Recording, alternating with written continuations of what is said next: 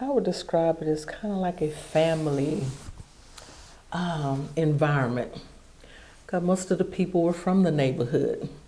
And so you knew basically everybody, even though, we went to different elementary schools, and I went to school with kids that from Blackshear Elementary School, first grade on through high school. So you had the same kids all the time, and plus the kids in the neighborhood. So everybody kind of knew each other.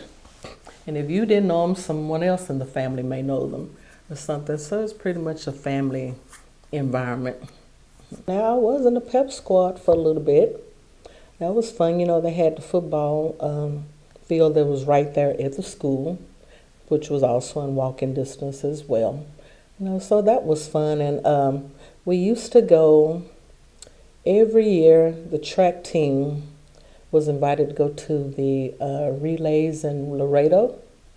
So they would always charter a bus, and that was fun. We kind of look forward to that every year, to go on the bus and go to Laredo and watch the boys' track team run. Mm-hmm. And still the Texas relays as well, that was still going on there. So yeah, we could sort of look forward to that relay experience.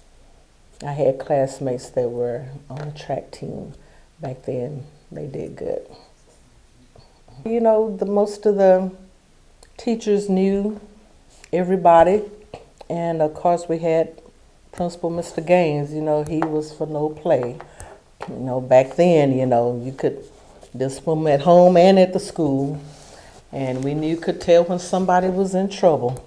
Mr. Gaines, you could hear that paddle going out there, and nobody was complaining about it. No parents were complaining about it, anything like that, because I guess at that time some needed it. It seemed a little harsh sometime at the time. You think about it now, don't know if you were allowed teacher or principal to hit your child, but back then at the time in that environment that we were in, where like say it was family oriented, everybody knew everybody, and Mr. Gaines probably knew the parents, most of the students and things he worked with. You could basically walk anywhere. You didn't have to worry about anybody, kidnapping you and doing things like that. You know how parents would tell you could go outside and play, as long as you were in before the street lights came on. You could go down the street, to somebody's house and play. Your parents knew where you were. If not, you stayed too long, they would come and get you, or stand on the corner and call you out. And everybody played together. It was fun. Yeah, nowadays most kids are inside. They may know kids in the neighborhood, but they, texting and doing by email and what else they do, Facebook and all of that. So you don't really have to go outside and see anyone anymore. We had bicycles, and you could ride around, to the neighborhood, and didn't have to really worry about them getting stolen, although that happened. But we weren't worried about locking them up and things like that. And plus you could walk to school. You had after school activities. You could stay there late and just still get home in time before the street lights came on. Yeah, that was fun. I know when I walked from there. We used to walk all over to Kealing, and I had a little sister that I used to drop off at the Greater Mount Zion daycare. It was right next door, so we made that walk every morning, and then later on just walking over to Anderson. Mm-hmm. Yeah, we did a lot of walking, and it was fun.